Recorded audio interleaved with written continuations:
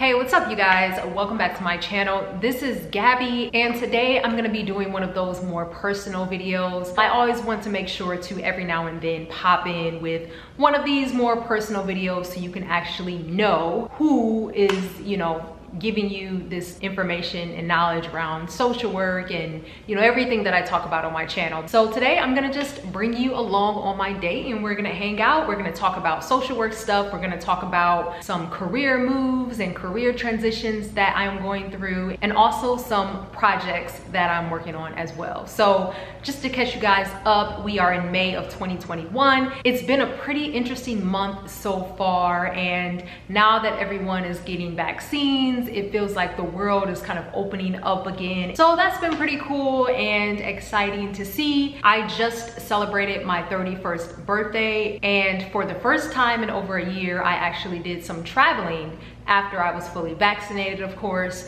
So my partner and I did make a trip to Colorado. We went to Boulder, Colorado Springs, and Denver, and it was really nice. And the reason we chose that location was because there's a lot of outdoor activities to do. So we just feel safer right now doing activities where we can still maintain social distance and not have to be cooped up and crowded with a group of people. That's why we decided to go to Colorado. I recommend you guys to check it out if you have not been before. If you follow me on Instagram, you probably already know that I recently accepted a promotional offer at the current organization that I work at. I'm super excited about that. I'm going to be starting that role in early June. This role is really going to allow me to do research and work with specialists on different community issues that are plaguing groups of color, African American communities, and try to think about sustainable solutions, creative solutions, innovative solutions. A lot of issues have definitely come to surface with everything that happened in 2020, healthcare inequality, education issues, since the education arena was so heavily impacted with kids having to take classes online, even though all of them didn't have access to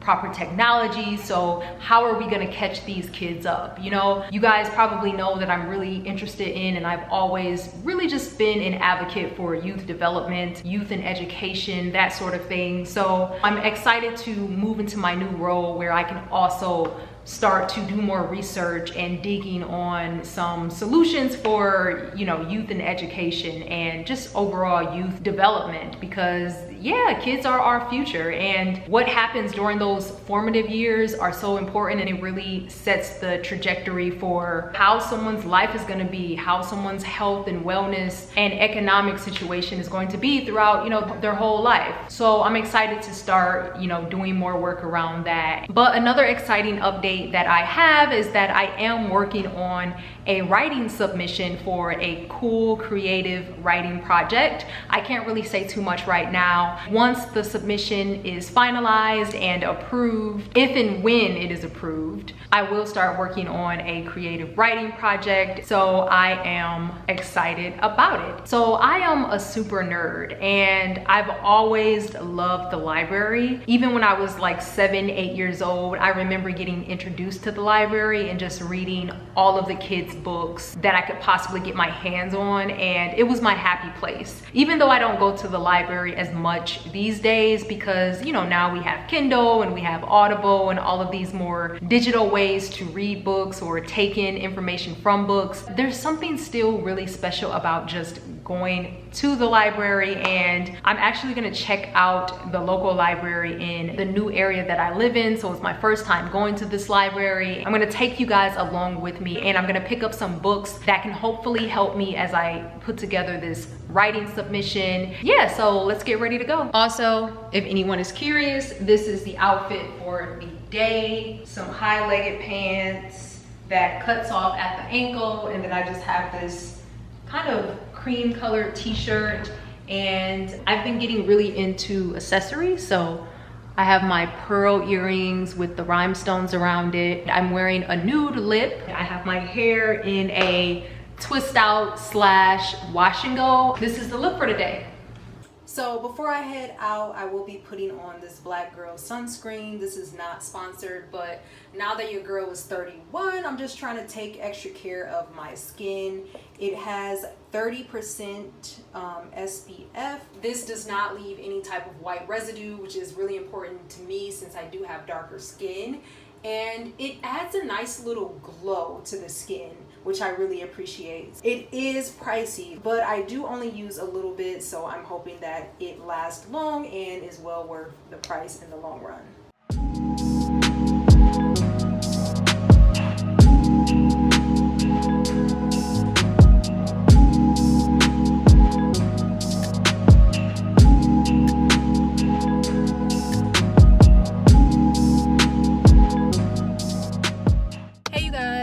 So I'm a little sweaty because it's hot outside, but I am back. I just went to the library for the first time and I really like it. The staff were nice. I was able to find a few books related to that project that I told you guys I was working on, so that's super cool. And it just made me remember the times before the pandemic, which is like really exciting.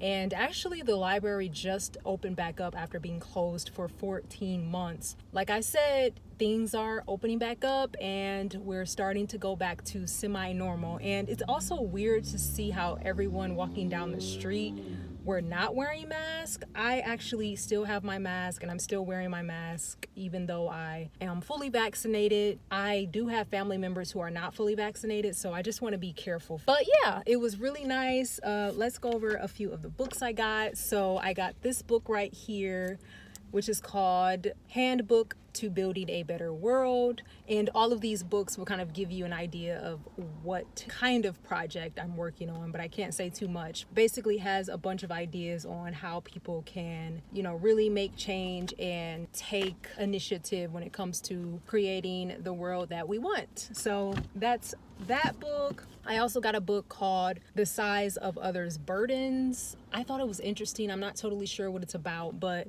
it says Barack Obama, Jane Addams, and the Politics of Helping Others. I thought that was really interesting. Jane Addams is actually who we attribute to being the founder of social work. So when I saw that name in the title mixed with Barack Obama, I was super, super curious. The back says, basically, this is like a quote from someone who read it. Jane Addams is a remarkable figure in our history, and the contemporary story of Barack Obama helps us understand why.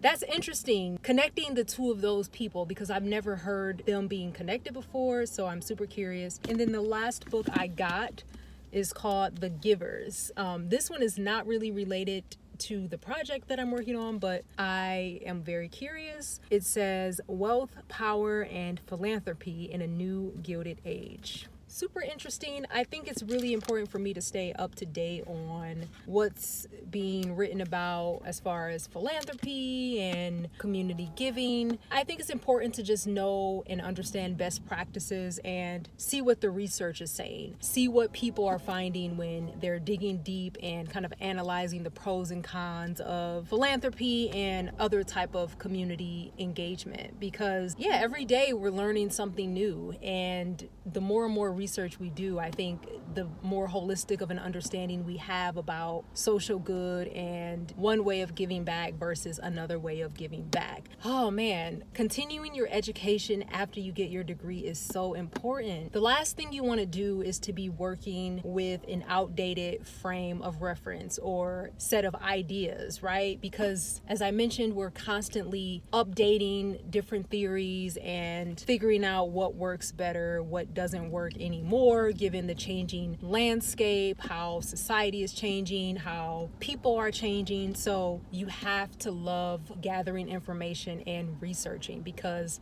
that's a continuous part of the work that we do. If we want to make sure that we're being responsible, ethical, and up to date socially, it's super critical. Another thing that I want to talk about, this is really for anybody who's starting their social work journey soon, or even if you've been in social work like me for several years, it may just be a good reminder. I think when we're in school and we think about what we're going to do with our social work degree and how we're really going to make change in society, society, we think about it very one-dimensional as far as what job we're ultimately going to get or what organization is going to hire us to do social work and make a difference. But I'm noticing that there's a lot of change happening in how professionals navigate. 10, 20 plus years ago, when our parents were starting off in the workforce, their whole career was built around their job and doors their employers were able to open for them. Now, of course, that's still the case today. The companies that I've worked for have offered me a lot of opportunities to, learn, become a better professional, and really build my career. But I think professionals are now starting to view themselves and kind of operate as contract workers. Even if you're working full-time with a company, we're starting to see ourselves as our own individual brand and our own entity separate from whatever organization or company we work for. And with social media and, the rise of blogging and YouTubing and making your own online courses, and I think social media makes it possible for you to market yourself as an individual. You don't have to rely so heavily on your company to define who you are as a professional. So when you're thinking about the type of career that you want, just keep that in mind. There's so many different ways to get the experience that you want. So take advantage of that. Take advantage of that power that we now have as professionals, that power that we have to shape our destiny, that independence that we have. Just a friendly reminder to make sure that your LinkedIn is together. Make sure you are thinking of other more creative ways to gain the experience you want to have outside of your 9-to-5 job. Thinking of other ways you can network with like-minded professionals or, like-minded people in general so that you can learn from them. It doesn't just have to be your coworkers anymore. For example, right now I'm in a super cool mastermind group of social workers who are also interested in entrepreneurship. And we meet once a month, we collaborate, we brainstorm, and currently working on a project together.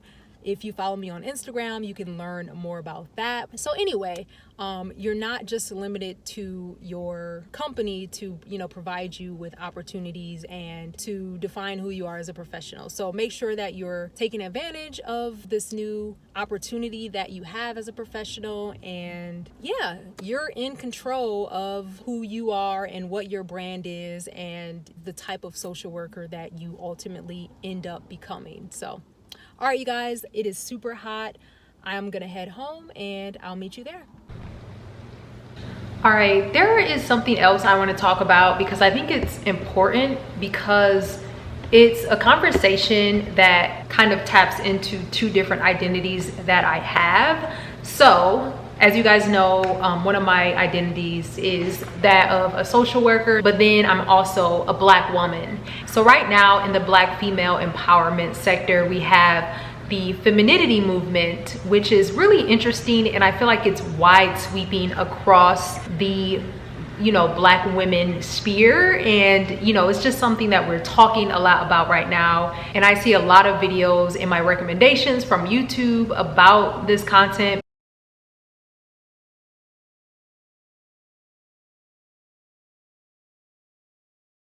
I make videos about empowerment. I make videos about giving back, community work, but there's also this underlining message in my content about making sure that you don't forget about yourself and that even though you're doing social work, you're still doing work on yourself, and that both can happen at the same time, right? Because I often talk about how as social workers, we don't have to have low paid jobs, and we can do well and still strive for jobs that can pay us an equitable rate and can allow us to take care of ourselves so that we are healthy, we are vibrant, and we can help other people, and that we have the energy and that our cup has enough in it to pour over to other people. I am strongly against the notion that goodness has to equate with being poor, or that if you're someone living in abundance, that automatically means you're an evil person. And I think that kind of language keeps people in the helping space down, and it puts us in a position where we don't think that we're valuable and that we can't ask for more, because it's just drilled in us that we signed up to be poor because we want to help people. And I feel like there's currently a similar argument that's happening in the Black female community, where the Black female luxury movement, which is kind of under like the Black femininity umbrella, I feel like that movement seeks to normalize Black women doing well and Black women living good, because often in this country we see Black women as always being equated with warriors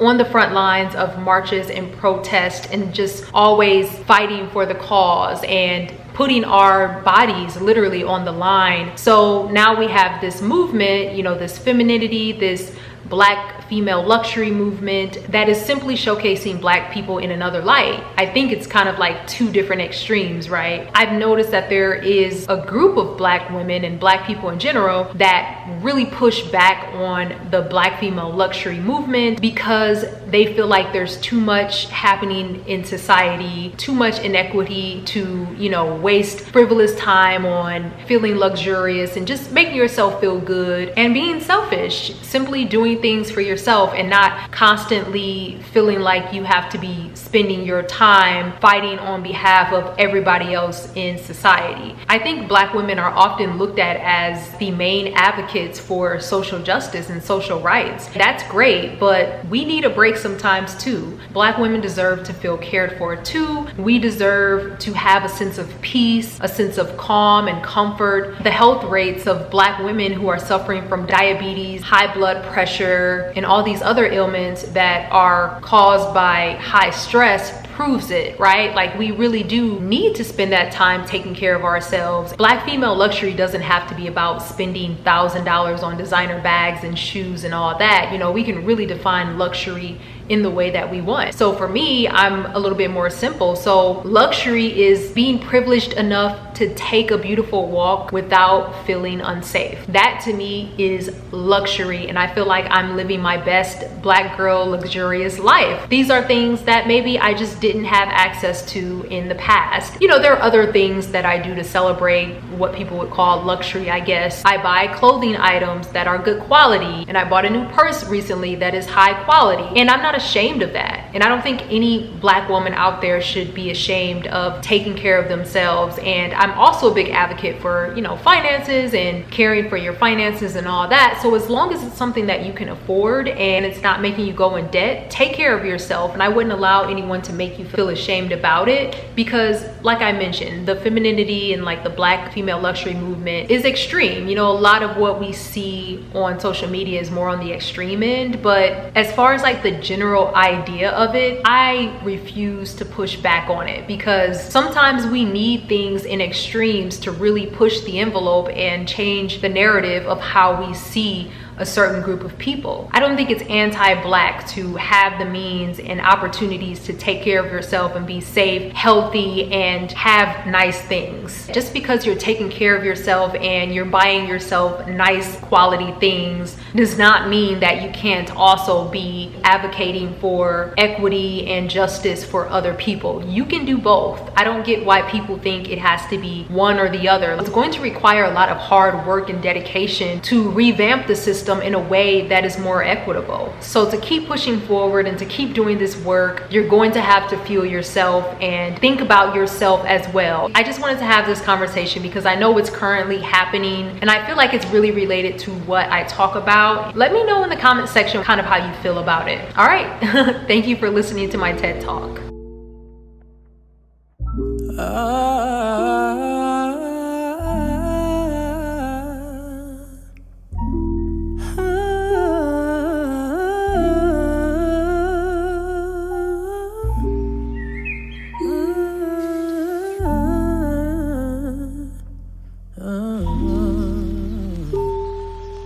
Open the window and listen to the rain fall. I didn't know that it would take me this far, and it's amazing. It's amazing.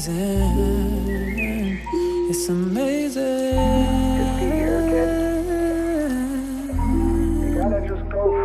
gotta just go for it.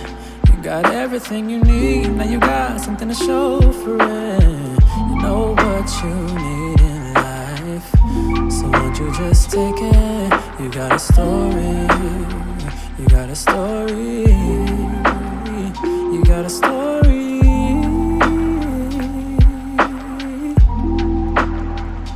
But you just need the confidence. Hey you guys, what's up? So I just finished some reading and we also went to pick up some sushi from a sushi spot down the street. So it's about 8:30 p.m. now. I'm about to just relax, make sure I'm well rested. I didn't really finish the day the way I planned. You know, I really wanted to go out, go for a walk and chat with you guys, you know how I like to do. But the weather's still not great. So I'm just gonna wrap up the vlog here. This is what I'm gonna be eating. I got some sushi right here and some dumplings. No dumplings for you, Sterling. It's almost time for your dinner time too, huh? But yeah, thank you guys so much for hanging out today. Make sure to leave a comment if you related to anything in this video and let me know what you guys have been up to, what cool projects at work you've been up to or at school. Yeah, make sure to follow me on Instagram if you are not already, and I will talk to you guys later. Bye-bye.